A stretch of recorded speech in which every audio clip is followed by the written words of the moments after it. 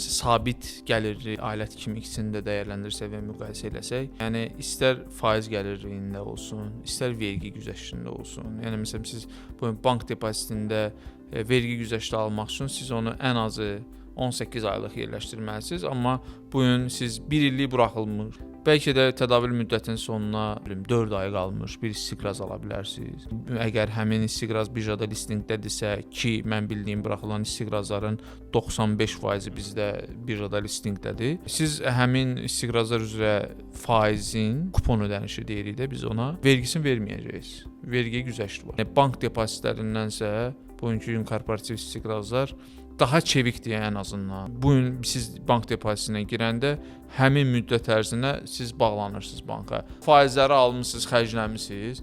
İndi bank depoziti çıxartmaq istəyirsiniz, faktiki olaraq qoyduğunuz puldan daha az pul geri qaytarılmırsınız. Bizim belə deyək, investisiya şirkətləri yenə də vurğulamaq istəyirəm ki, çox peşəkardılar. Siz onlara məsələn yaxınlaşır, investorlar onlara yaxınlaşıb desələr ki, bax mənim pulum var, bu qədərdir.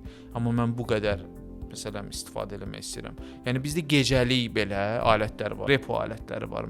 Fiziki şəxslər də burada əgər çox risk eləmək istəmir və daha aşağı gəlirliyə razıdırsa, o dövlət istiqrazları üzərindən repo eləyə bilər, bazara pul verə bilər.